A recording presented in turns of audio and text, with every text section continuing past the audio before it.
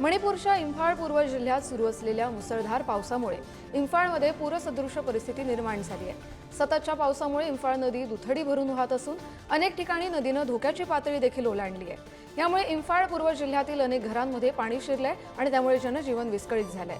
प्रशासनाकडून बचाव कार्य सुरू असून एनडीआरएफ आणि एसडीआरएफच्या तुकड्या आता तैनात केल्या गेल्या आहेत। स्थानिक प्रशासनानं तात्काळ बचाव कार्य करून मदत पुरवण्याचे आदेश दिले आहेत। हवामान खात्यानं पुढील काही दिवस अतिवृष्टीचा इशारा देखील दिलाय, त्यामुळे नागरिकांना आता सतर्क राहण्याचं आवाहन केलं गेलंय।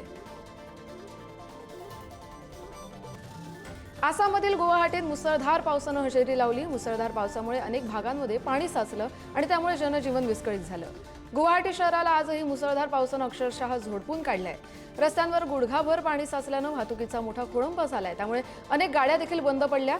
शहरातील हातीगाव, नुनमती आणि बेल्टोला यासारख्या प्रमुख निवासी आणि व्यावसायिक क्षेत्रांमध्ये मोठ्या प्रमाणात पाणी साचलंय, तर घरांमध्ये देखील पाणी शिरल्यानं नागरिकांची गैरसोय झाली।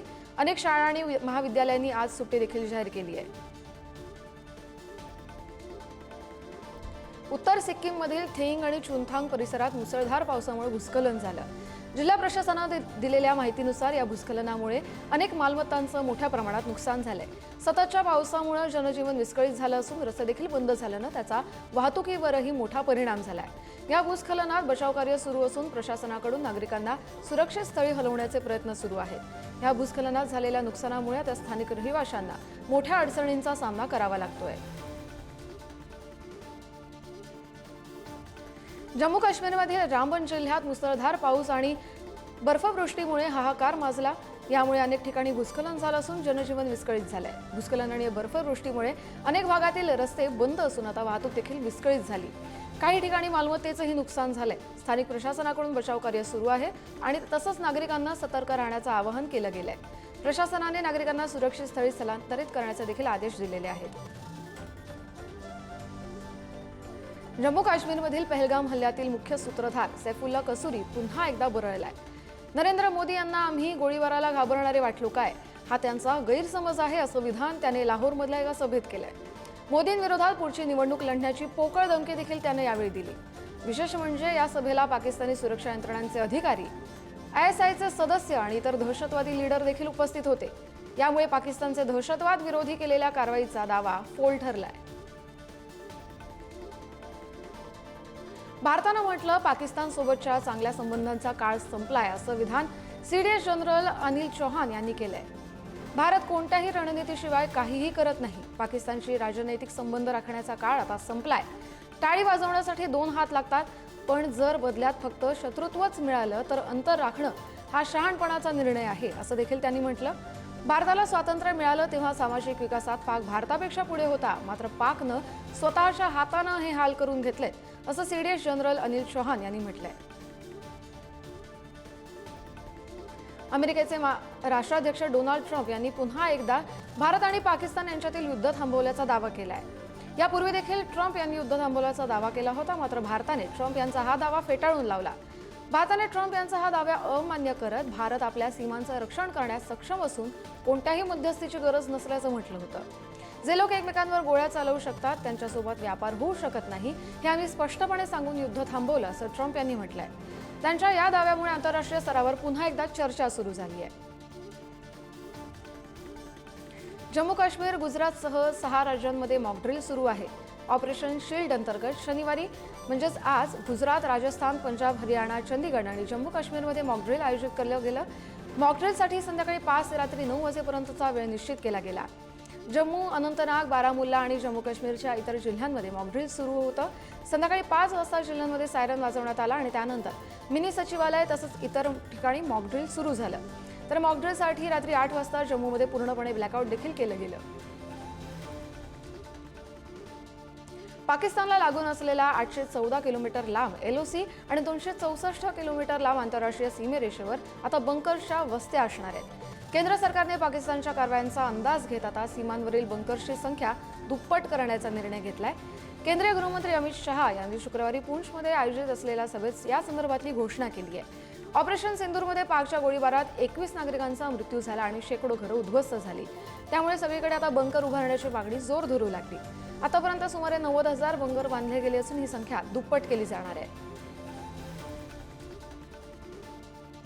दिल्ली उच्च न्यायालयाचे तत्कालीन न्यायमूर्ती यशवंत वर्मा यांच्या सरकारी बंगल्यात सापडलेल्या अर्ध्या जळलेल्या नोटांच्या प्रकरणात नवीन खुलासे झालेत. आगीनंतर ज्या स्टोर रूममध्ये जळलेली रोकड आढळली ती रूम न्यायमूर्ती वर्मा आणि त्यांच्या कुटुंबियांनी वापरली होती.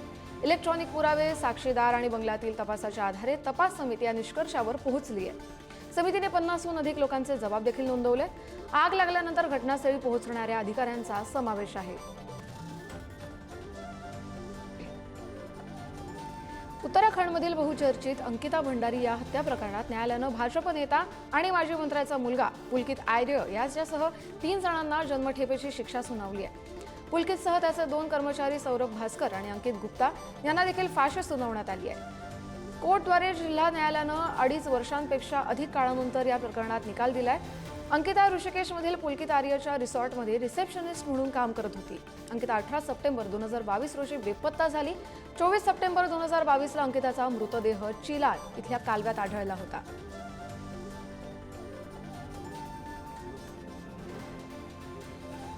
विमानं उडवण्यासाठी 3 महिन्यांचा अल्टिमेटम देण्यात आलाय.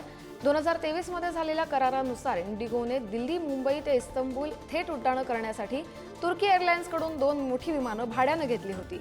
या काळात DGCAनं तुर्की एअरलाइन्स सोबतचा करार रद्द करण्याचे आदेश दिले होते. यानंतर इंडिगोनं आता 6 महिन्यांचा वेळ मागितला होता. आता प्रवाशांना कोणतीही अडचण येऊ नये म्हणून DGCAनं 31 ऑगस्टपर्यंतची शेवटची मुदत दिली आहे. परंतु इंडिगोला निर्धारित वेळेत तुर्की एअरलाइन्स सोबतचा करार संपवावा लागणार आहे.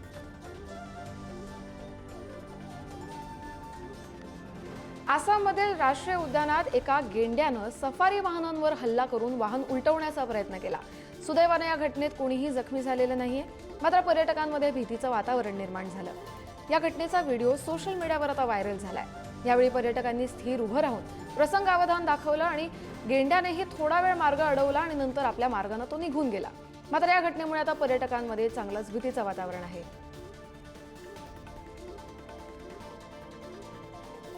केरळ राज्यातील नागरिकांनी पाकिस्तानी क्रिकेटर शाहिद आफ्रिदीचं जोरदार स्वागत केलंय. याच आफ्रिदीनं पहलगाम हल्ल्यानंतर दहशतवाद्यांचं समर्थन तसंच भारतीय सैन्याबाबत अपशब्द वापरले होते. त्याचं स्वागत केरळमध्ये केल्यानं देशभरात संतापाची लाट उसळली आहे. केरळियन समुदायाकडून दुबईत हा कार्यक्रम आयोजित करण्यात आला होता. या केरळच्या नागरिकांनी आफ्रिदीला पाहुणा म्हणून बोलवलं होतं. आफ्रिदी पोहोचताच उपस्थितांनी बूम बूमचे नारे लावले आणि जल्लोष करण्यास सुरुवात केली. या स्वागताच्या व्हिडिओमुळे आता देशात संतापाची लाट उसळली आहे. देशभरात कोरोना विषाणूच्या सक्रिय रुग्णांची संख्या 2390 वर पोहोचली आहे. आतापर्यंत केरळमध्ये कोरोनाचे सर्वाधिक 727 रुग्ण आढळले. सक्रिय रुग्णांच्या बाबतीत महाराष्ट्र दुसऱ्या क्रमांकावर आहे. शुक्रवारी राज्यात 84 नवीन रुग्ण आढळले असून आतापर्यंत रुग्णांची संख्या 681 वर गेली आहे. कर्नाटकमधील मैसूरमध्ये शुक्रवारी 63 वर्षीय नागरिकाचा मृत्यू देखील झाला. राज्यातील कोरोनामुळे हा 3रा मृत्यू आहे. याशिवाय महाराष्ट्र, केरळ, राजस्थान, उत्तर प्रदेश आणि मध्य प्रदेशात एकूण 13 जणांचा मृत्यू झालाय. तर आतापर्यंत एकूण मृतांची संख्या आता 16 वर पोहोचली आहे. चीनने तैवानवर जबरदस्तीने कब्जा करण्याचा प्रयत्न केला तर त्याचा इंडो पॅसिफिक प्रदेश आणि संपूर्ण जगावर खूप वाईट परिणाम होईल असं विधान अमेरिकेचे संरक्षण सचिव पीट हेग्सेथ यांनी केलंय. सिंगापूरमध्ये सुरू असलेल्या शांग्रीला या संवादात हेग्सेथ म्हणाले की चीन आशियातील शक्ती संतुलन बिघडवण्याच्या तयारीत आहे. त्यांनी चीनवर सायबर हल्ले, त्याच्या शेजारच्यांना धमकावणं आणि दक्षिण चीन समुद्रावर बेकायदेशीर कब्जा करणं असे गंभीर आरोप केले. चीन तैवानभोवती सतत लष्करी सराव करतोय, त्यामुळे मोठ्या हल्ल्याची तयारी असल्याचं देखील त्यांनी म्हटलंय. शास्त्रज्ञांनी शुक्रावरील भल्या मोठ्या पॅनकेकचं रहस्य उलगडलंय. शुक्र ग्रहावरील वैशिष्ट्यपूर्ण चपट्या आणि गोलसर ज्वालामुखी संरचना पॅनकेक डोम्स या नावाने ओळखल्या जातात. त्यांची निर्मिती नेमकी कशी झाली याचा आता अखेर संशोधकांनी उलगडा केलाय. शुक्र ग्रहावर 1600 पेक्षा अधिक मोठे ज्वालामुखी किंवा ज्वालामुखीय भूरचना सापडल्या. बोरेली यांच्या अभ्यासात नारिना थेलस या 88.5 मैल रुंद डोमवर अभ्यास करण्यात आला. हा डोम शुक्र ग्रहावरील आरामैती कोरोना या नावाच्या भल्या मोठ्या ग्लोसर भूरचनेवर स्थित असल्याची माहिती आहे.